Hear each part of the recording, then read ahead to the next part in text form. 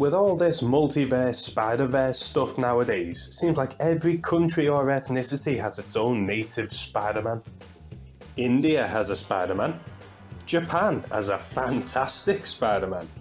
Mexico's got a Spider-Man. In fact, Mexico shares one of the coolest ones with Ireland, technically, because Miguel O'Hara is Irish-Mexican mix. England needs a Spider-Man. And I mean like a traditional everyman kind of Spider-Man, not like Spider UK. Don't even mention Spider UK to me. That fella is like 5% Spider-Man. He's Captain Britain with a few webs on his uniform. I'm talking like the kind of Spider-Man you can see yourself in, dealing with everyday problems like money, relationships, jobs and responsibilities. So rather than waiting for Marvel to get off their asses, I thought I'll just make my own.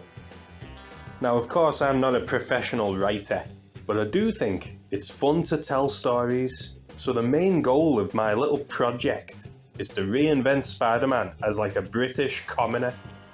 Similar to the way the original Ultimate Spider-Man reinvented him for the 2000s. Peter David, creator and writer of Spider-Man 2099, once said that when he was inventing Miguel, he took a look at Peter Parker, and wherever Peter zigged, Miguel zagged. Peter's Spider-Man was more of a joker, while when Miguel's mask came on, it was normally serious business. I think I'll take a page from his book for our new Spidey. We're going to take traits from Peter and flip him on the head. So our Spidey then, let's call him Kevin, but with an A instead of an I just to be annoying.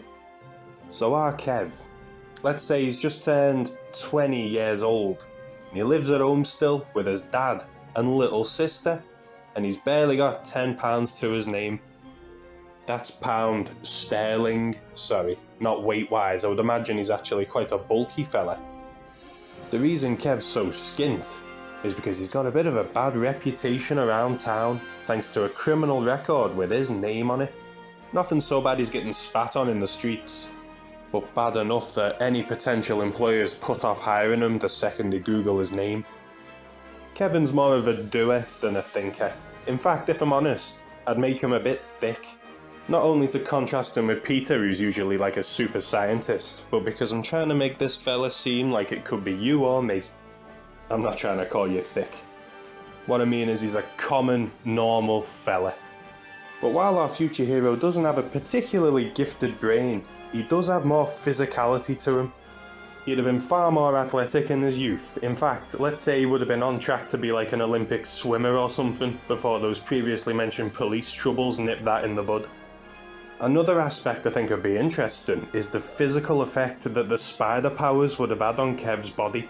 Kind of another thing I'm stealing from 2099, but our new Spider-Man would have a few more arachnid traits. Like he'd probably develop fangs or something, but oh, quick warning to arachnophobes, I'm about to show a picture of a spider close up, so, I don't know, shut your eyes or something. You know how spiders have multiple eyes? Well, instead of a spider sense, our fella would have like the equivalent of 8 eyes focused through his 2.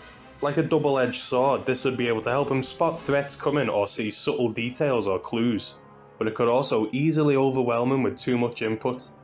This is why in this photo here, he's got these weird goggles. They can help him focus. This bit's gross, but it is important. No way would our regular everyday spider bloke have the brain power to develop any web formula, so his webbing would have to be organic. But the disgusting twist is, it would kinda seep out from beneath his fingernails. My idea here is, to do anything useful with it, he'd need some kind of special equipment, but he'd have no chance of developing that on his own, so he's gonna need a buddy. We're kinda getting best of both worlds here, because he's got organic webs, but he's also gonna need a web shooter to do anything useful with them.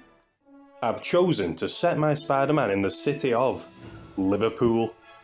Let's be honest, all character writing has some degree of self-inserting, especially when it comes to Spider-Man, but I've chose Liverpool not because I live here myself, but mostly just because it's the city I know best in England. So we've got our hero in our setting, let's try the story. A main plot point I want to do with Kev is that he misses being seen as a hero. Before he got arrested, he would have been like a bit of a local legend with his Olympic aspirations, and he'd absolutely miss the adoration of the public. His persona as Spider-Man would be a chance for him to be the hero again. And the thrill of being loved would make him prioritise his mask over his responsibilities as Kev, bringing problems up in his personal life. We'd have a bit of family drama, of course, but Kev's reputation would make him start from a much lower point, as he and his workaholic father really wouldn't get on, and Kev would have his little sister to worry about. Relationships would be as troublesome as ever, and I do have one or two planned. His main love interest for the first part will be tied to both Kev and the new Spider-Man in more ways than one. In fact, she'd be the main threat of the first arc. One thing I'd really want to do is spotlight lesser known villains. While the usual well-known baddies like Green Goblin or Mysterio would crop up now and then, I'd especially like to reinvent lower tier villains into the main threats of the book to give them a chance. Basically, I'd take the upper and lower classes of Spidey villains and swap them around to make mine more unique in the rogues department. For example, a version of the living vampire would be a main threat, and a reinvented Lightmaster would be a recurring foe for Spidey, while guys like the Goblin would be lesser problems in the grand scheme. Here's one here. The Spot would be our Kingpin, and he'd be themed after Dalmatians. And a fun challenge would be how all these bad guys need reinventing to fit the grime of Liverpool city streets. A random billionaire weapons developer fits in New York, the capital of Earth. But he'd be a bit out of place chilling around Albert Dock, wouldn't he? So I'd have to get creative. Pitfalls to avoid would be making it too similar to stuff we've already seen before. In the nearly 70 years Spider-Man's existed, he's had a lot of adventures, but there's no point retreading old ground. This is a main reason I've made Kev dumb. Every other Spider-Man seems to have a love of science, but mine's more of a jock. He's going to have to find his own solutions to villains without counting on outsmarting them. Basically, a lad whose life hasn't gone the way he wanted it to is suddenly given a second chance to be the hero. But can he grow wise enough to realise what being a hero really means? Don't know what the adjective could be for him though. Scouse-tacular Spider-Man. We could call him Spider-Lad or just Spidey, I suppose. We definitely need a football hooligan villain as well. Maybe instead of the Vulture, there's the Liver Bird. Does England even deserve a Spider-Man? What villains would terrorise the streets of Liverpool? Can a young troublemaker earn the right to be called a hero once again? Find out next time. Same Spider time, same Spider channel.